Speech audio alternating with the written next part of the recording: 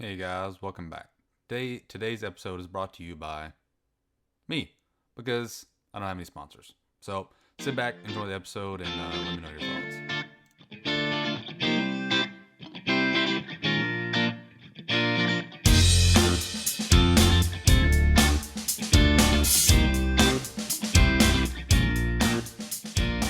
Hey guys, welcome back to the podcast. I know it's been a while. Haven't really been on much here lately. Let me tell you, ship life, it's it's crazy. I'm not ready for it at all. We've been out. We've been doing a lot of things. So I wasn't able to get with anybody here recently to sit down and do an interview type. But some controversial topics have come out. So for starters, let's talk about this new no shave chit thing. So obviously, there's always been the process where you can go and get a no shave chit if you have really bad PFB. They've recently changed that, and that's caused a lot of uproar within the community, especially when you look at other, whether it be foreign military or whatever, that allow beards. The big thing that Navy's been asking for is, hey, let us have beards. Like what? It's not gonna hurt anything. Well, now they've just said absolutely no. However, there's a little wiggle room. There's the only thing that they say realistically is there's no permanent. So there's still a chance for you to get no shave chits. There's some little things in there that can be changed. So what I'm going to do is I've got the NAVADMIN pulled up here. I'm going to read it off and we'll kind of go over it.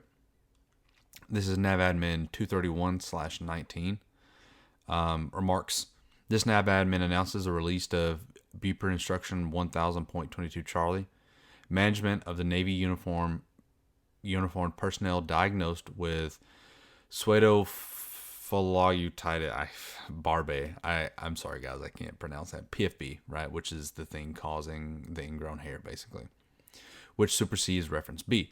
The purpose of this updated instruction is to provide policy and guidance to ensure personnel safety and mission readiness of service members diagnosed with PFB to minimize the potential for any increase in the risk to mission and force. This update comes as the Navy is continuing to grow the size of the force and must work to retain every skilled sailor while maximizing their personal readiness. This update also includes the most current Bureau of Medicine and Surgery BlueMed approved PFB treatment options, which allow affected service members to better manage shaving-related skin conditions throughout their naval service. Affected service members are provided the opportunity to receive varying treatment regimens based off either an initial diagnosis or re-diagnosis with the intent of returning to or maintaining a routine shaving regimen. The dynamic nature of career and movement of a service member from command to command requires proactive treatment management from both the command and the individual to ensure expeditious and uninterrupted service member readiness. So, summing that up, I mean, basically they want you to be able to shave because if you don't, from what I'm understanding, if you don't shave, you're a harm to yourself and others because if you go down, then somebody has to pick up your slack. And this, when we get further down into it, it talks about basically when we're operational. So I don't think this would include like an import. I think this is more like if we're out in the field or if you're on the ship, if you're deployed out, and the potential to be CBR attacks or shit like that. You wouldn't be able to use your mask. Now, granted, I don't even fucking have CBR gear now, so I don't know what the big deal is with the CBR bullshit. Anyways, that's neither here nor there. Number 2, PFB is caused when tightly curled beard hairs, sharpened by shaving, curve back and re-enter the skin, resulting in facial inflammation, bumps, and infections. While not considered a major medical condition, it primarily affects males and can potentially increase the risk for safety hazard if not properly addressed or treated. Number 3. In 2018, the Naval Safety Center reviewed and reissued safety advisory on the effects of facial hair on the efficiency of facial seals of breathing protection devices. So like I said, talking about CBR stuff. Reference A re-emphasized the previous findings, which conclude that facial hair represents a significant safety risk to the service member and subsequent risk to shipmates who are dependent upon the ability of every crew member to perform their duties. The report confirmed facial hair in an operational environment minimizes personal safety and readiness, as well as risk to mission and risk to force. So again, like I was saying, it kind of has to do with when we're deployed and we're actually doing things, and CBR effects could come into play. Also, if you're with a fire party, that mask still needs a seal, right? So if you're on a fire party, you can't get a good seal. You go into an environment, you're not gonna be completely on air. You're gonna struggle, and that endangers you and the rest of your crew. And as well as any other event that would cause you to need some type of mask that would need a seal. That's basically what they're getting at. Number 4, the following major policy improvements are contained within this revision. A. PFB evaluations. Service members suffering from facial irritation after shaving will be referred to a healthcare provider for evaluation, diagnosis, and treatment. Healthcare providers, in coordination with commanding officers, or COs, will prescribe the treatment regimen aimed at returning the service member to normal grooming standards. COs, in coordination with the chain of command of the service member, will ensure compliance that the service member understands the requirements of the prescribed treatment regimen. Prescribed treatment regimens may include periods of no shaving, which may be interrupted when operational. Maintenance and training requirements or assigned duties necessitate the removal of facial hair shaving as determined by the CO.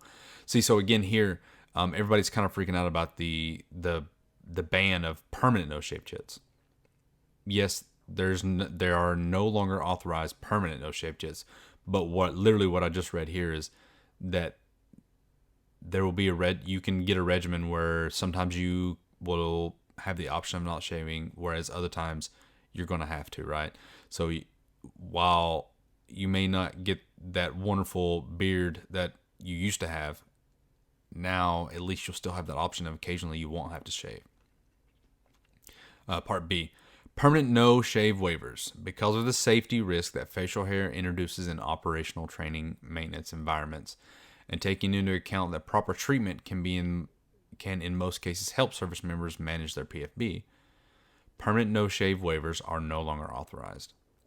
Service members previously issued a permanent no-shave waiver will obtain medical reevaluation and new treatment regimen within 6 months of the release of the revised BUPERINST Instruction 1000.22 Charlie.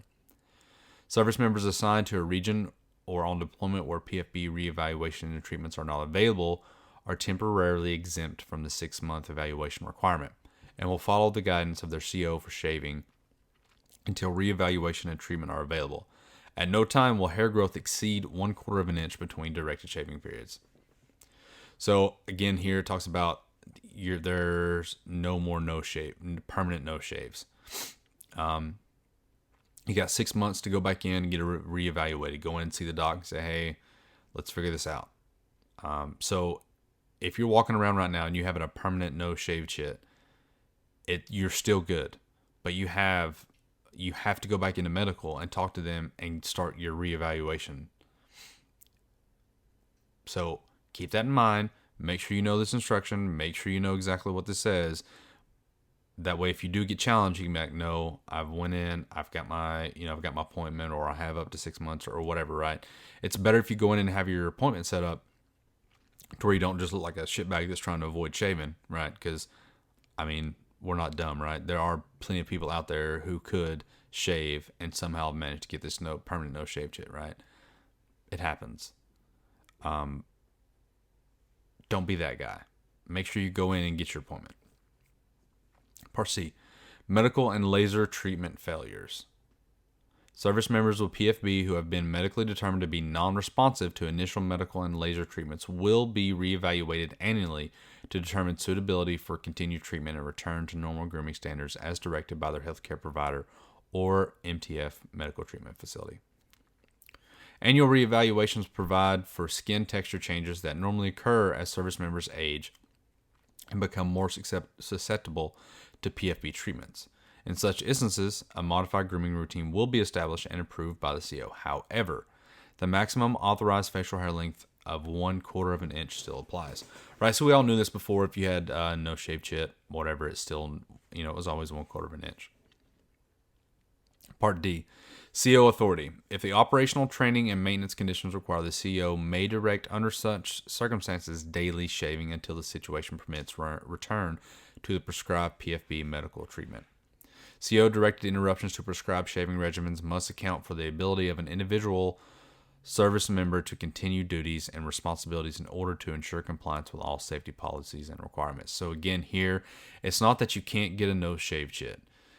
That will still be an option. There will still be times when you'll go through whatever your treatment may be, and you'll not, you have the ability to not shave. But the CO at any point in time say, no, you have to shave until told otherwise, right? And that's all this is. They're not completely getting rid of this. There's still going to be the ability to go to medical and be like, hey, yo, my face is fucked up. I don't know if I can shave because it hurts or it's infected or, whatever the case may be. And medical can treat that, and you'll, go through not being able to shave. All right. So moving on. 5. PFB affected sailor members unable to obtain a medical evaluation or a treatment regimen for any situation not covered by this instruction will follow a modified grooming routine established by their CO. In such cases, the maximum allowable facial hair growth between shaving periods will be 1/4 of an inch. Again, here, CO can, he or she can put the rules out for this. Number 6, administrative requirements for management and service members with PFB will be implemented in line with BUPER instruction 1000.22 Charlie and reference C. Number 7, questions and comments regarding this NAVADMIN should be addressed to Captain George Doyon, OpNav N131 at george.doyon1@navy.mil, or Mr. Robert B. Carroll, OpNav N13 X-ray at robert.b.carroll@navy.mil. This was number 8, released by Vice Admiral John B. Noel, Jr. N1. So, now, where you can find this NAVADMIN is you can get on public.navy.mil, and you can go to the NAVADMINs, which everyone should be reading, right? It's real simple. At the end of the day, you're still going to be able to get a no shave chit. However, there are other treatment options that are going to be available, such as laser hair removal. All right, so I pulled up the instruction that they were talking about. The sorry, I gotta double check here. The BUPER instruction 1000.22. And I was reading over some of it, and a lot of it's the same as, pretty much the same as what the NAVADMIN says. However, once you get on here, it gives you the responsibility of each individual, whether it be the CO, the medical treatment facility, and then the sailor or individual. And then also it has the PFB treatment protocol. So that I figure that's something that we'll go over here. I've got it pulled up. Number 1, confirm the diagnosis. Number 2, determine and prescribe the best treatment approach. Many different treatments exist for PFB. Over-the-counter treatments may be useful and can be used by service members without medical supervision. Prescription regimens in subparagraphs 2A through 2B may be more effective in some cases and can be used without previous trial of OTC treatments. In addition, a service member with informed consent and healthcare provider's approval can select laser hair reductions as the preferred treatment, which most likely will result in permanent hair removal and resolution of symptoms. Part A, treatment approach 1, medical treatment with grooming modifications for mild to moderate PFB. This treatment approach consists of the combined use of application of medicated creams to make hairs more shavable, shaving with gentle equipment, and shaving techniques to minimize the risk of irritation and re-entry into the skin. Service member using this approach should be given a prescription of either a topical retinoid or eflornithine. I'm an MA, or I'm not the smartest guy in the room. And temporary waiver of facial shaving hair, standards for up to 60 days. Even right there, a temporary waiver of facial hair, standards for up to 60 days. Guys, if you're really that worried about the no shave chit, it's still going to be an option. I've probably said that 20 times so far, but it's there. I want to reiterate that. Continuing on here. The medication should be used for the full 60 days before shaving is attempted and should be used continuously after successful shaving is resumed. Topical retinoids work by softening the hair and reducing the skin's tendency to overgrow penetrating hairs. They include tretinoin, I don't know, 0.05% cream, and it has the NSN here number. They also have the same 0.1% cream with the NSN number, and adapalene, I don't know, I think that's it, 0.1% cream, and it has the NSN number. They're applied in a thin film to the beard area once each night. During the first weeks of use, they cause a mild irritation, which usually resolves with continued use. Excessive irritation may require using a weaker retinoid or decreasing use to every other night. As an alternative to topical retinoids, elaflunorethine, 13.9%, could be prescribed if available. This cream would be applied to the beard area twice daily. It acts as an inhibitor of hair growth and results in thinner, weaker hairs, less likely to cause papules. I don't know, freaking medical terms. Less likely to cause the bumps. Number 3. After 60 days using these products, shaving can be attempted with a PFB razor with foil guard, a multi-blade razor with lubricating strips, or with an electric razor. I don't know specifically what a PFB razor is, but I would recommend getting one of those, regardless if you have this condition anyways. Number 4. Before shaving, water soften the beard first with a hot, wet washcloth applied for 5 minutes. So just like if you go to a barber and you get a shave, they use a hot cloth, right? I always say it's best to shave after a shower as well, because that loosens up the pores and stuff. Apply a lubricating shave gel for an additional 5 minutes. Shave with the grain of the beard. Do not stretch the skin or press firmly against the skin. Use only one stroke for each area of the beard. Always use a sharp razor, replacing them often. I mean, these are all good shaving routine, good shaving etiquette anyways, is you go with the grain of the beard. That way you're not, stretching the hair the other way. You don't want to stretch the skin or press firmly. If you push too hard, you're going to get razor burn and stuff like that anyways. So this is all just good practice. Number 5, if using an electric razor, set hair length to avoid too close of a shave. Soften the beard with electric razor pre-shave products. Shave with the grain of the beard. Do not stretch the skin or firmly press against the skin. Avoid multiple strokes in the same area. Do not press razor head hard against the skin. Same.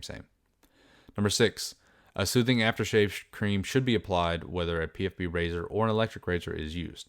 Healthcare providers may also consider prescribing hydrocortisone cream for use after shaving if needed. Part B. Treatment approach number 2. Laser hair reduction with grooming modifications for moderate to severe PFB. Number 1. Where available, laser hair reduction is the most reliable approach to allowing a return to grooming standards. This is an appropriate treatment for moderate to severe cases of PFB or any cases desiring permanent hair reduction. In this procedure, light energy absorbed by the hairs within the skin and is transformed to heat. Heat injury to the follicles reduces the number, size, and strength of hairs. A series of at least 3 treatments is usually needed within 30 to 45 days between treatments. This procedure is usually available at military medical treatment facilities with a dermatology department. So basically what that's saying is this is going to be kind of limited, right? Dermatology is not everywhere, right? It's going to be more in the areas with bigger facilities. Now, is it completely impossible? No, right? There's potential to go out in town. There's the off chance that there's a traveling dermatologist. I know they do that sometimes with surgeons and other things depending on where you're located. But that could be a thing. You could get lucky enough and just have one, right? You never know. But it does look like you're gonna have to go to a place that's probably a little bit bigger. Number 2, Service members choosing this approach will be referred to a military dermatologist. Grooming modifications of facial hair standards should be granted as recommended by the dermatologist. Service members should be aware that hair reduction in treated areas may be permanent. They will still need to shave after treatment is complete. White, red, and blonde hair may not be effectively treated with this approach. Well, that's interesting. I didn't know that. Number 3, continued care. Once a prescribed technique is in use, the service member will follow up with the healthcare provider to evaluate effectiveness. Follow-up should occur within 2 to 3 weeks after shaving is resumed. Complete relief of symptoms is rare, and treatment can be counted successful when symptoms are improved enough to allow comfortable shaving. Service members who have achieved control of their PFB or other shave-related skin irritation may have occasional future flares of the condition. Laser-treated patients sometimes have recurrent papules years after the treatment is complete. Service members with the recurrent symptoms may need to repeat their previous treatment's approach or try another. All right, so down further below that, you have the next section, which is verbiage for use in NAVS per 1070/613. In other words, this is what they're going to put on your page 13 that you have to sign when you're dealing with this PFB and getting the no shave chit and stuff like that. Number 1, you are hereby being counseled regarding your medical condition. You are diagnosed with pseudofolliculitis barbae, PFB. A condition, if left untreated, will degrade your personal readiness and safety. This degradation is a risk to the mission, your personal safety, and the safety of others that depend upon you. Your present medical condition is not considered a physical disability. However, it may be a disqualifying factor in determining your suitability for further naval service if your condition is found to be uncontrollable. You may also be found unsuitable for further naval service if you willingly fail to comply with a prescribed medical treatment or disregard orders by your commanding officer to shave when operational. Maintenance and training conditions dictate for your safety. Number 2, you're being afforded any and all medical assistance as required by your medical condition. You will adhere to any and all of the recommendations of your attending physician and or CO. Further assistance is available through leading petty officer, department head, command senior enlisted leader, chaplain, executive officer, CO, and officers of the medical corps. This counseling is made to afford you an opportunity to undertake the recommended corrective action. Any failure to adhere to these guidelines cited above will make you eligible for administrative separation. And that, my friends, is what everybody is worried about, the administrative separation. Now, granted, maybe that's a way out. Maybe that's something that you're looking for. Maybe you're tired of this Navy thing and you want out. This could be it.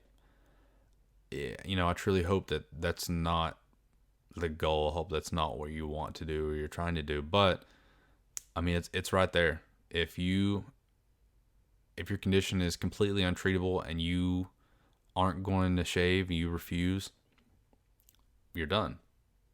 If they figure out that they've given you this treatment and you're willfully disregarding it, then they're going to separate you. So it sucks. It really sucks. I've got a skin condition. I've had to deal with this kind of stuff, but mine's not continuous. So, onesie twosies here and there. I've had my no shave chits and it goes away. I can't imagine living with that all the time, especially, knowing that we have to shave every day. It sucks. And I hope that, at least some of you can get the help and, you can go through these treatments and you can do the minimal things like the different creams and things like that. That'll help you get rid of this, or at least help you to get to the point where you can shave and not be completely miserable. I mean, at the end of the day, it's looking like it's going to be your choice. Separate or shave, or get laser hair removal. Now, what it doesn't say here is whether or not that laser hair removal, if you don't want to do that, if it's going to completely get you kicked out. Scrolling back up here, if you go into the treatment approach 2, laser hair reduction, where available, laser hair reduction is the most reliable. So it's looking like, since it's not going to be available everywhere, that they may not be able to use that as a way to kick you out. Now, if it's bad enough, if you're, like it says down below, if it's completely untreatable, and laser hair removal will be the only way, maybe that's something that they might try to work with you, or they might send you out of town, or they might say, no, look, we don't have that availability here. You're just going to have to suck it up until you can get to somewhere that does. I don't know. I don't know what that's going to do. But, there it is. Buper Instruction 1000.22 Charlie. Look it up, read into it, review the NAVADMIN, and hopefully you can find something that works for you. So, yeah, that's all I got. If you have questions, if there are things that you want to know covering this or any other topic, let me know. If you're really interested, I'm working on trying to get some medical guys in to sit down and talk to them about different policies and things like that. But I can try and sit down with one of them if you have some more specific questions, or if you just want to hear Corman, the Corman Choose Your Rate, Choose Your Fate, which is something I'm also working on. Let me know. Just reach out. We're on Facebook, Twitter, YouTube, all the places, all the social media, anywhere you're looking for us. If you're from another branch and you're interested in coming on, let me know. If you're interested, actually, I don't care where you're from. If you're active duty or you're reserve or whatever, and you want to come on, you want to talk about a topic, please let me know. I'm always looking for new content, and since I'm getting ready to deploy, I need to get some episodes laid out ahead of time, so that way I at least have one episode a month coming out, which I've not been doing here lately, and I want to apologize to you guys for that. So I'm always looking for content, always looking for ideas, always looking for a little bit of help. So if you have any ideas, please reach out. Also, on top of that, if you enjoy the episodes, if you think I do well, please leave me a review on iTunes. Leave me a review on YouTube or wherever. If you have any suggestions or updates, reach out and let me know. Anyways, I really appreciate it, guys, and we'll see you next time.